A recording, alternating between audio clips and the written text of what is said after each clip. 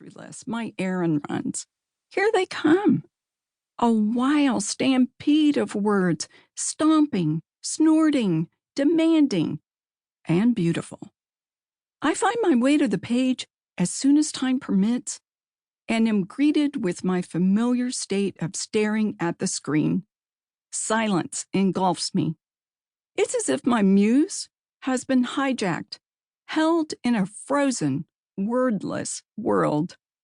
I come up empty and full of dread, cold ash dripping from my tongue where fires once leapt, until I finally realize that it wasn't my words I'd lost. I'd lost a life. I wouldn't write down the words because the story had changed. Loss is a part of the human experience, and when it finds us, we move from one day into the next as if swimming through shadows. In this, I am not alone, but one of the millions who have loved and lost. Like them, I've gone on traveling the road, continuing the journey, weathering the storms that have wrecked me. I am a survivor clinging to a ravaged world I cannot leave, because it is not a place. It is the new landscape of my soul, riddled with the devastation of hope and silent dreams. Seasons change, and we change with them. We die from one life only to rise into another, to walk step by slow and steady step, thankfully, into the new day, to experience the miracle that is resurrection. I have a pathological hunger for God, one I have preferred to sweep behind the curtain that is my sense of humor, to tell stories of my messy moments, to concentrate on my sloppy humanity.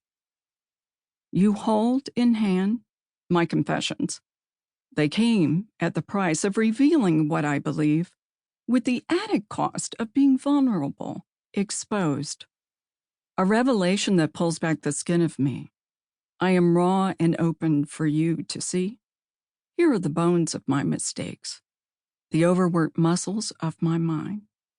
Here's my soulful longing for the divine. These words are my blood to the page, the sacrifice of truth. These are the cards that God has dealt me. To believe and not come up empty, to speak when silence is my nature. I'm older now, and all the bets are in, the bluffs are gone. It's time to show my hand. I'm holding aces, and I'm laying them all down. 1. Into the Mystic. I was pulled into this world one dark night when the power of story was at full tide. Two things were indelibly stamped upon my soul with that first breath. I was born a Southern writer and a Christian mystic. My mother prayed to die. My Army daddy was due back at the base, so the good doctor said it was close enough to my time anyway, to come on in and he'd take care of business.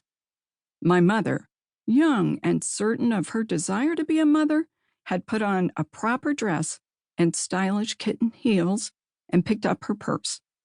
She was filled with anticipation and felt fully prepared for the occasion of my planned birth. She was wrong and in for a rude awakening. The doctors shot up my petite mother with a special concoction of medical syrup, the dosage large enough to birth an elephant. My mother, in such sudden depths of pain, could barely breathe, could not scream. She would later tell me she felt like she was being drawn and quartered, and she just wanted life to be over.